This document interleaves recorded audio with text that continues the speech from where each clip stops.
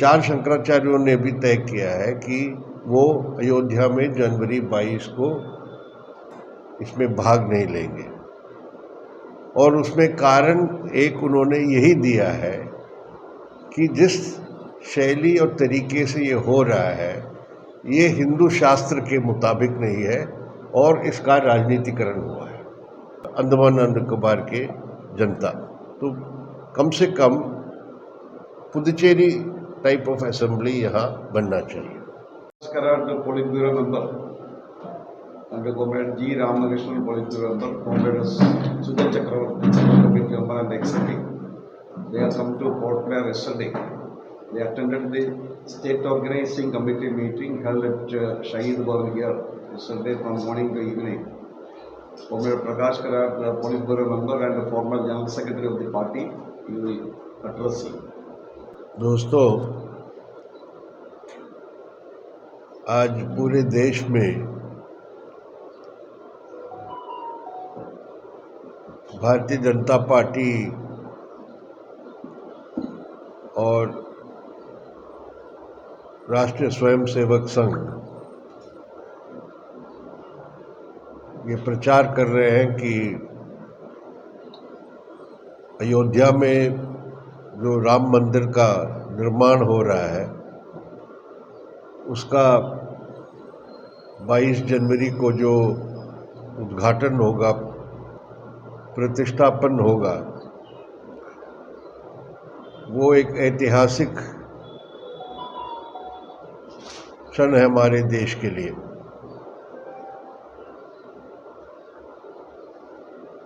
ये बात सही है कि हमारे देश में सब धर्म में विश्वास करने वालों के लिए पूर्ण अधिकार है अपने धर्म और आस्था को निभाने के लिए, और हमारे संविधान में भी यही बुनियादी अधिकार दिया गया है। और अयोध्या में जो मंदिर बन रहा है वो हमारे देश के करोड़ों लोगों के आस्था के एक प्रतीक है, हम उसका आदर करते हैं। लेकिन जिस तरह भारतीय जनता पार्टी और मोदी सरकार इस धार्मिक स्थल का इस्तेमाल कर रहे हैं, उसका राजनीतिकरण कर रहे हैं और एक राजनीतिक मकसद से, क्योंकि लोकसभा चुनाव कुछ चंद महीनों में होने वाला है, उसको नज़र में रखते हुए इस सेरेमनी को उन्होंने पूरी तरह एक राजनीतिक घटना के रूप में बदल दिया है। इसीलिए हमारी पार्टी, जब हमें हमारी पार्टी के महासचिव को निमंत्रण दिया तो हमारी पार्टी ने उसको इनकार किया और कहा कि इस तरह के राजनीतिक गैदरिंग में या राजनीतिक इस तरह के कार्यक्रम में हमें भाग नहीं लेना चाहिए। यही बात और कुछ विपक्षी पार्टियों ने भी अभी यही स्टैंड लिया है। और ये सिर्फ हमारे विपक्ष की राजनीतिक पार्टियों के ही समझ नहीं है। आपने पढ़ा होगा कि हमारे देश के 4 शंकराचार्य, जो हिंदू धर्म के 4 जो मुख्य प्रमुख पीठ के लोग हैं, पुरी के, श्रृंगेरी के, जोशीमठ के और द्वारका के, ये 4 शंकराचार्यों ने भी तय किया है कि वो अयोध्या में जनवरी 22 को इसमें भाग नहीं लेंगे। और उसमें कारण एक उन्होंने यही दिया है कि जिस शैली और तरीके से ये हो रहा है ये हिंदू शास्त्र के मुताबिक नहीं है और इसका राजनीतिकरण हुआ है। तो हमारी पार्टी ने जो पहले पोजीशन लिया है, मेरे ख्याल में अभी हमारे देश के जितने भी लोग हैं जो धर्म पर आस्था रखते हैं, हिंदू धर्म पर विश्वास करते हैं, वो बात को अभी समझेंगे। ये मेरा पहला कहना है। इसके साथ संबंधित है कि इस तरह के मंदिर का निर्माण पूरा नहीं हुआ है, वो और भी कुछ महीने चलेगा, लेकिन जल्दबाजी में अभी इसका उद्घाटन करने का मकसद राजनीतिक है। चुनाव आने वाला है, सिर्फ 2-3 महीने बाकी है। हमारे देश के सामने बहुत सी और बुनियादी और गंभीर समस्याएं हैं। उससे ध्यान हटाने के लिए, डाइवर्ट करने के लिए जो भाजपा आरएसएस का तरीका है कि धर्म और राजनीति को मिक्स करके उसको एक सांप्रदायिकरण के लिए कोशिश करते हैं, वही कारण है कि आज जो सरकार की रिकॉर्ड है केंद्र में 2 करोड़ नौकरियों को देने का आश्वासन दिया था उनके घोषणा पत्र में, रोजगार देने का। अभी आंकड़े आए हैं कि 2023 में 2023 में बेरोजगारी की जो गति है, अनएम्प्लॉयमेंट रेट जो कहते हैं, वो 8.4 है, 8.4। सरकारी आंकड़े नहीं मानते हैं। आजकल सरकार आंकड़े देना ही बंद कर दिया, और अभी वो कहते हैं कि आंकड़े ठीक नहीं है और 3% से कम है बेरोजगारी। लेकिन CMI जो सबसे रिलायबल रिसर्च ऑर्गेनाइजेशन है, वो जो महीनेवार आंकड़े देते हैं फिर पूरे साल का देते हैं, वो बेरोजगारी की गति 8.4% बताया है। और ग्रेजुएट अनएम्प्लॉयमेंट, उसका मतलब जो ग्रेजुएशन किए हैं उनके अनएम्प्लॉयमेंट की गति 20% से ज़्यादा है। तो ये सब ऐसे सवाल है जो हम चाहते हैं कि इस पार्लियामेंट के चुनाव के समय इस पर चर्चा हो, और कौन सी पार्टी किस तरह की नीतियां अपना रही है या अपनाएगी जो हमारे देश के नौजवानों के लिए रोजगार गारंटी कर सकते हैं। ये ऐसे मुद्दों को हम उठाएंगे। अब जानते हैं कि 1 साल लंबे समय का एक किसानों का आंदोलन चला। सरकार ने जो 3 कृषि कानून पास किया था उसके खिलाफ, और उसको वापस लेना पड़ा सरकार को मजबूर होके। लेकिन वो संघर्ष का अभी भी लक्ष्य क्या है कि हमारे देश के किसानों के लिए अपने फसल के लिए लाभकारी मूल्य हो, मिनिमम सपोर्ट प्राइस हो जो कानूनी तरीके से गारंटी हो, legal guarantee for minimum support price for various crops, अलग अलग पैदावार के लिए। वो मुद्दा अभी भी जिंदा है, और ये हमारे देश की आबादी की 50% से ज़्यादा लोगों के आमदनी का सवाल है, आजीविका का सवाल है। तो ये मुद्दा रहेगा आने वाले चुनाव में, और महंगाई का सवाल है, और उसके साथ साथ अभी भी देश में जो गरीबी है और असमानताएं बढ़ी है। और हमारे देश में अभी आप देख सकते हैं कि हर साल जो लिस्ट आता है हमारे देश के जो अरबपति और खरबपति है, बिलियनर्स है, उसकी संख्या बढ़ते जा रहे हैं। तो ये सब मुद्दे आने वाले चुनाव में आना चाहिए। और भाजपा की कोशिश जो है भारतीय जनता पार्टी की कि ये मंदिर और धर्म और सांप्रदायिकता का जो एजेंडा वो ले आना चाहते हैं, उसके काउंटर में हमारी कोशिश है। और विपक्षी पार्टियों की जो अभी एक प्लेटफॉर्म बना है, संयुक्त प्लेटफॉर्म इंडिया, वो हम सब मिलके भारतीय जनता पार्टी और उनकी सरकार के विकल्प में, ऑल्टरनेटिव में हम अपने एजेंडा और बात देश की जनता के सामने रखेंगे। तो ये है राष्ट्रीय स्तर पर कुछ जो नेशनल लेवल पर जो अभी फौरी तौर पर मुद्दे हैं। इसके साथ साथ अंडमान और निकोबार के बारे में हमारी पार्टी कल यहाँ हमारी पार्टी की राज्य संगठन कमेटी की मीटिंग हुई थी।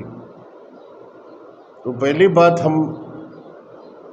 हमारे सामने ये रहा है कि मैं तो दिल्ली से आया हूँ। तो पहली बात ये है कि अंडमान और निकोबार में यहाँ कोई डेमोक्रेटिक सेटअप नहीं है, प्रतिनिधित्व नहीं है जनता के लिए। यहाँ तो पहले क्या प्रदेश काउंसिल एक होता था, वो तो पहले खत्म हो गया है।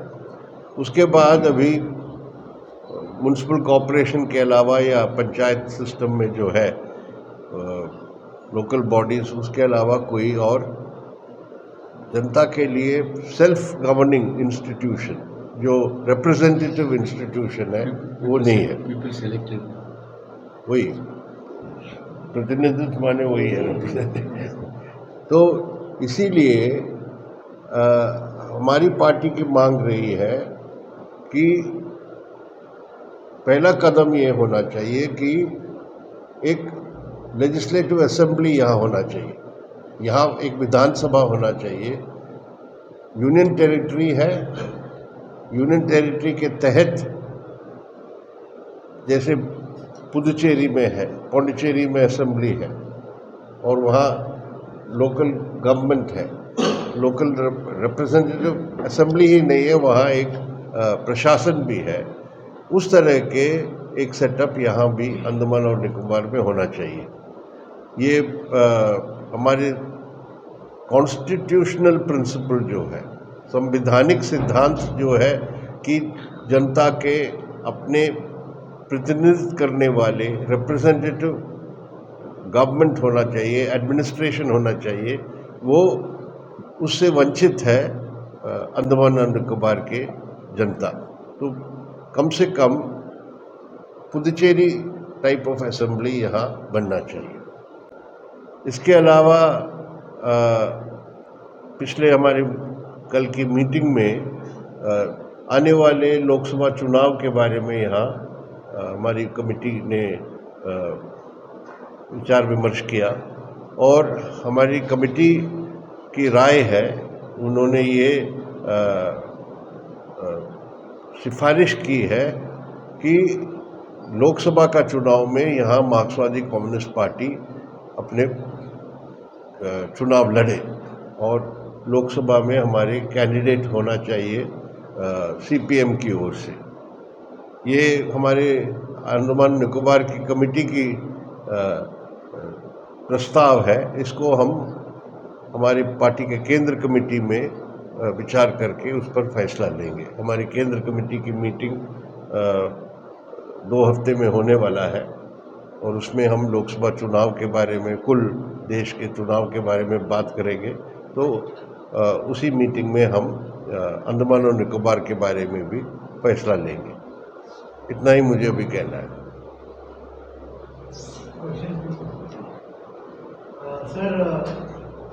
सर अंडमान निकोबार आइलैंड्स में अभी जो है इंडियन नेशनल कांग्रेस के जो मेंबर पार्लियामेंट है, तो आप लोग सब जो है इंडिया अलायंस के पार्ट है। तो अगर सीपीआईएम जो है यहाँ की सीट मांग रही है तो कांग्रेस को या तो सीट छोड़ना पड़ेगा या आप लोग अपना कैंडिडेट अलग से उतारेंगे कांग्रेस के खिलाफ? तो क्या वही हमारी अंडमान निकोबार कमेटी की राय ये है कि चुनाव हमें लड़ना चाहिए। अभी हम उस पर फैसला नहीं लिया, फैसला लेंगे। अगर फैसला लेंगे तब इसको कैसे लागू किया जाए, कैसे इम्प्लीमेंट किया जाए, उसके लिए हम डिस्कस करेंगे। कोई चेहरा है सर अभी नजर में आप लोगों के कि यहाँ से किसे लेना है? यही की कमेटी की राय हो, फैसला होगा। हम इसमें कोई राय नहीं बनाए हैं, लेकिन जब कमेटी, अगर हम क्लियरेंस देंगे कि लड़ना है, तब कमेटी यहाँ जो है बैठ के फैसला करेंगे कौन चुनाव लड़ना चाहिए। उस पर अभी हमने डिस्कस नहीं किया। सर आपने राम मंदिर की बात की है। 4 आचार्य हैं जो हमने भी नेशनल मीडिया में देखा है कि 4 आचार्य जो है डिनाई कर रहे हैं। आपको क्या लगता है कि जो प्रधानमंत्री है, जो अभी बीजेपी जिस तरह से जो धर्म की राजनीति कर रही है, कहाँ तक सही है और आने वाले दिनों में कितना इफेक्ट करेगा ये?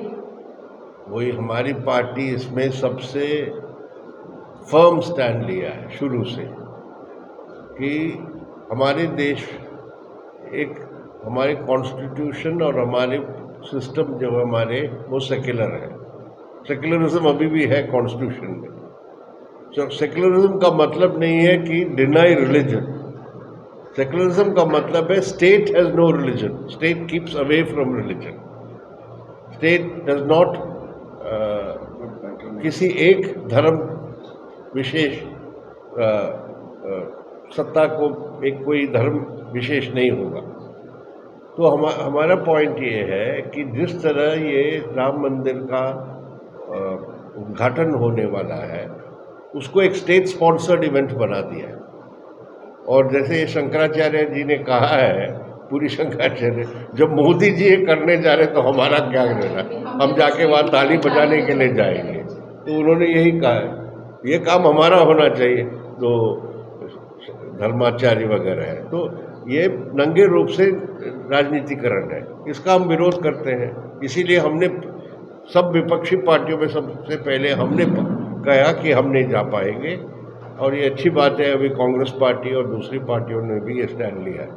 सर आपने अंडमान निकोबार आइलैंड्स के लिए एक डेमोक्रेटिक सेटअप का जो बात था, एक लेजिस्लेटिव असेंबली पौंडीचेरी की तरफ से, तो sir locally Andaman Nicobar island में सभी पार्टी, चाहे वो बीजेपी हो चाहे वो कांग्रेस हो, सभी ये चाहती है कि यहाँ पर एक डेमोक्रेटिक सेटअप आए, प्रदेश काउंसिल आए या लेजिस्लेटिव असेंबली आए।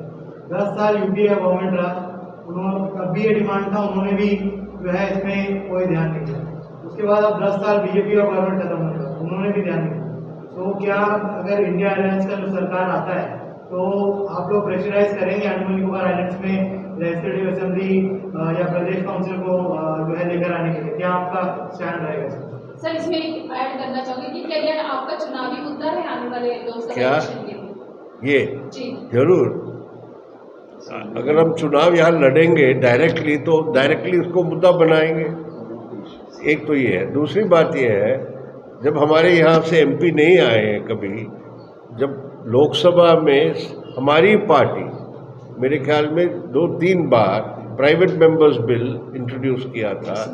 कॉमरेड वासुदेव आचार्य हमारे जो लीडर थे लोकसभा में, उन्होंने प्राइवेट मेंबर्स बिल पेश किया था कि अंडमान और निकोबार को असेंबली देना चाहिए पुडुचेरी की तरह। इस तरह के पहले से हम इसका वकालत करते आए हैं। ये अलग बात है कि कांग्रेस पार्टी हो या भाजपा हो, अभी जब वो शासन कर रहे थे, हम सरकार में नहीं थे, यूपीए में भी हम सरकार में नहीं थे, तो इन पार्टियों की मुख्य जिम्मेदारी बनती इसको लागू कराने के लिए। लेकिन हमारी ताकत बढ़ेगी अगर हम पार्लियामेंट में किसी रूप में आएंगे, हम इसको दोबारा इसको टेकअप करेंगे। यस सर, इंडिया यूनिटी जो बने हैं उसमें सीपीआईएम का जो ज्वाइन होना किस तरह है कि वो एक लेफ्ट यूनिटी अलग से और वो इंडिया में ज्वाइन हो रहे हैं, या अलग अलग सीपीआई सीपीएम जो है अलग अलग पार्टियां, किस तरह जो है उसमें इंडिया यूनिटी में जो है शामिल? नहीं, इसमें दो पहलू है, 2 एस्पेक्ट हैं। एक तो भारतीय जनता पार्टी और मोदी सरकार के विकल्प में एक हमारा political platform defence of democracy, secularism, federalism, ये सब बातों को हम प्रोजेक्ट करेंगे। ऑल्टरनेटिव क्या होना चाहिए। दूसरा, चुनाव में how to maximize unity of anti BJP votes. जो बीजेपी के खिलाफ जनमत है उसको कैसे यूनाइट किया जाए, ये ऑल इंडिया लेवल पर नहीं तय किया जा सकता है। हर राज्य में, हर स्टेट में हमें उस स्टेट के ठोस परिस्थितियों को देखते हुए वहाँ ये सीटों का तालमेल या अंडरस्टैंडिंग या अलायंस करने की जरूरत है। कुछ राज्यों में पहले से है, इंडिया बनने के पहले, जैसे तमिलनाडु है। तमिलनाडु में एक अलायंस है ऑफ 8 पार्टीज आई थिंक, जो डीएमके के नेतृत्व में है, वो अभी भी है, उसको और मजबूत करने का सवाल है। बिहार में एक महागठबंधन है जिसमें क्षेत्रीय पार्टियां भी हैं, कांग्रेस भी है, लेफ्ट भी है। तो 3-4 राज्यों में इस तरह ऑलरेडी स्टेट वाइड अंडरस्टैंडिंग बन चुका है। अभी सवाल है कि दूसरे राज्यों में क्या पॉसिबिलिटी है। वो हमारा कहना यह प्रैक्टिकल है कि स्टेट वाइज करना पड़ेगा, क्योंकि बहुत से राज्यों में एक प्रमुख पार्टी होगा क्षेत्रीय पार्टी, वो दूसरे स्टेट्स में नहीं है। तो वहाँ के स्टेट में किस तरह इस तरह की यूनिटी बन सकता है, वो प्रोसेस अभी शुरू हुआ है, बातचीत शुरू हुआ है कुछ राज्यों के सवाल पर। मैंने कहा ना कि मैक्सिमम पॉसिबल, परफेक्ट नहीं हो सकता है, और कुछ जगहों में हमारी यूनिटी उस तरह का नहीं हो सकता है। हमारी पार्टी की ओर से हमने कह दिया है, जैसे पश्चिम बंगाल में हमारा और टीएमसी के बीच में कोई अंडरस्टैंडिंग नहीं बन सकता, हम भी नहीं चाहते, वो भी नहीं चाहते तो ये अलग बात है। सर, हाल ही में नेशनल सैंपल सर्वे ऑफिस से जो है डेटा सामने आता है, उन्होंने एक रिपोर्ट जारी किया था। कौन? National sample survey office, government का ऑर्गेनाइजेशन है जो नेशनल सैंपल सर्वे। हाँ, उसमें एक आ गया कि अंडमान निकोबार में जो ग्रेजुएट लेवल में अनएम्प्लॉयमेंट है वो कंट्री में हाईएस्ट है। 33% जो है ग्रेजुएट जो है अंडमान निकोबार आइलैंड्स में अनएम्प्लॉयड है। तो इसके बारे में क्या कहना है सर? अंडमान निकोबार आइलैंड्स में एम्प्लॉयमेंट की एवेन्यू गवर्नमेंट सेक्टर में सबसे ज़्यादा, उसके बाद जो है टूरिज्म जो है एम्प्लॉयमेंट एक लौता जो है ऐसा जरिया है जो एक तरह से आप कह सकते हैं फॉर्मलाइज है। बाकी जितने जॉब्स है वो ऑलमोस्ट इनफॉर्मल सेक्टर है। तो इसको किस तरह से आप टैकल करेंगे अगर आप लोग डिसाइड करते हैं कि एमपी इलेक्शन आप यहाँ से लड़ेंगे?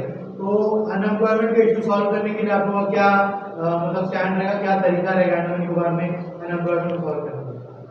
जो आपने कहा बहुत सही बताया। मैंने कहा नेशनल एवरेज 22% कुछ बताया ग्रेजुएट, आपने यहाँ का कहा 33% है। तो यही दिखाता है कि अंडमान निकोबार के बेरोजगारी की जो गति है बहुत हाई है, ख़ास तौर पर एजुकेटेड अनएम्प्लॉयमेंट के लिए। उसमें आज की सिचुएशन में 2-3 क्षेत्रों में जो विकास होना चाहिए, डेवलपमेंट होना चाहिए, जिससे रोजगार पैदा हो सकता है। उसमें एक तो ऑब्वियस है टूरिज्म, जो है पहले से, लेकिन टूरिज्म अभी जिस तरह पिकअप करना चाहिए था कोविड के बाद वो नहीं पिकअप किया। तो एक तो टूरिज्म सेक्टर में कैसे और इकोलॉजिकली सस्टेनेबल टूरिज्म जो है, ये अंडमान निकोबार के लिए महत्वपूर्ण है। Not indiscriminate development of tourist resorts वगैरह, उसको सही तरीके से किया जा सकता है जिसमें टूरिज्म अट्रैक्शन होना चाहिए। अनफॉर्चुनेटली केंद्र सरकार, क्योंकि ये यूनियन टेरिटरी है, उनका ध्यान इसमें नहीं लग रहा है। जैसे अभी प्रधानमंत्री जाके लक्षद्वीप की बात कर रहे हैं तो इसमें जो जहाँ है ऑलरेडी पॉसिबिलिटी, जहाँ ऑलरेडी कुछ इंफ्रास्ट्रक्चर है, उसको और कैसे विकसित किया जाए, इस पर प्रायोरिटी देने का सवाल एक है। दूसरा,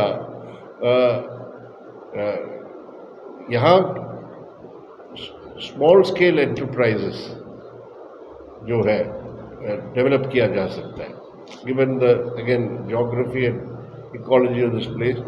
उसके लिए कैसे प्रोत्साहन किया जाए, स्मॉल स्केल एंटरप्राइजेस जो है उसको डेवलप करने के लिए कितना किया जाए, इस पर ध्यान देना चाहिए। इस तरह के अलग बातों को देख के जो एम्प्लॉयमेंट जनरेशन जिससे हो सकता है, और उसके साथ साथ उससे एजुकेटेड जो जैसे